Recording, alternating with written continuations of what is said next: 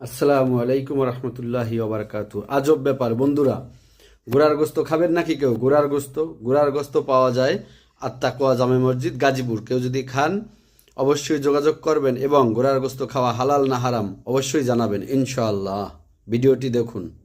আসসালামু আলাইকুম রহমতুল্লাহি ওবারাকাতু। আজব ব্যাপার বন্ধুরা, ঘোড়ার গোস্ত খাবেন নাকি কেউ? ঘোড়ার গোস্ত পাওয়া যায় আত্মাকুয়া জামে মসজিদ গাজীপুর। কেউ যদি খান অবশ্যই যোগাযোগ করবেন এবং ঘোড়ার গোস্ত খাওয়া হালাল না হারাম অবশ্যই জানাবেন ইনশাআল্লাহ। ভিডিওটি দেখুন। উদ্দেশ্যে কোরআন সুন্নাহর ভিত্তিক কথা হলো।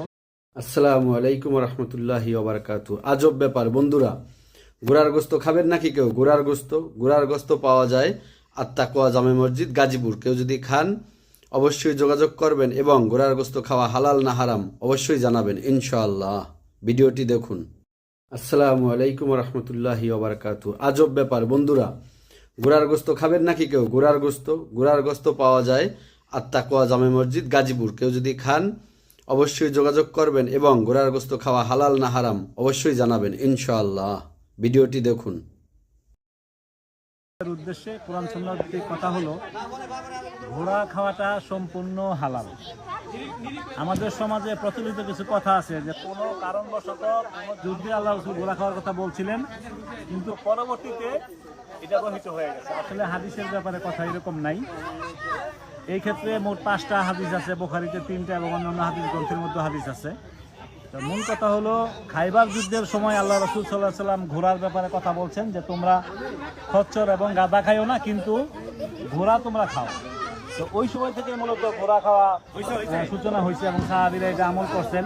এটা মূলত হালাল হলো আমাদের দেশে চতুষ্পাদ জন্তু হিসেবে যে খাওয়া হালাল, এটা একদম সবাই জানে, কিন্তু আমলটা প্রচলিত নাই। আলহামদুলিল্লাহ আমাদের তাকওয়া মসজিদে এই আমলটা অনেকদিন আগে থেকে শুরু হয়েছে এবং এর আগে বেশ কয়েকবার ঘোড়া জবাই হয়েছে। আমাদের দিনী ভাইরা ঘোড়া জবাই করে খাইছেন। আজকেও এরকম 4টা ঘোড়া জবাই হয়েছে এবং 4টার যে মাংসের চাহিদা, গোস্তের চাহিদা, এটা সংকুলন হয় কিনা জানি না। সকলেই যারা নাকি এই বিষয়ে মাসালাটা জানেন তারা চাহিদা আমাদেরকে দিচ্ছেন। আপনারাও যারা আলেম ওলামারা আছেন অথবা সমাজে যে সমস্ত ওলামায়ে কেরাম আছেন তাদের সাথে মাসালা জিজ্ঞেস করবেন, জানতে পারবেন। তবে অনেকে মতামত দিবে যে এরকম নিষেধাজ্ঞার কোনো হাদিস কিন্তু নাই। গরু খাওয়ার ব্যাপারে কোনো হাদিস নাই। সরাসরি বলা আছে গরু দিয়ে কুরবানি চলবে, চতুষ্পদ জন্তু দিয়ে কুরবানি চলবে, তার মানে যেটা দিয়ে কুরবানি চলবে সেটা খাওয়া যায়। তো অনুরূপ এটা বলা হয়েছিল যে কুরবানি কি ভাই, এটা বলা হয়েছিল যে এই ওই সময় ঘোষণা দেওয়া হয়েছে যে খাওয়া জায়েজ আছে, কাজে এটা খাওয়ার কোনো সমস্যা নেই। এবং আরবের যে আলেম সম্প্রদায় আছে তারা আমাদের দেশে যে সমস্ত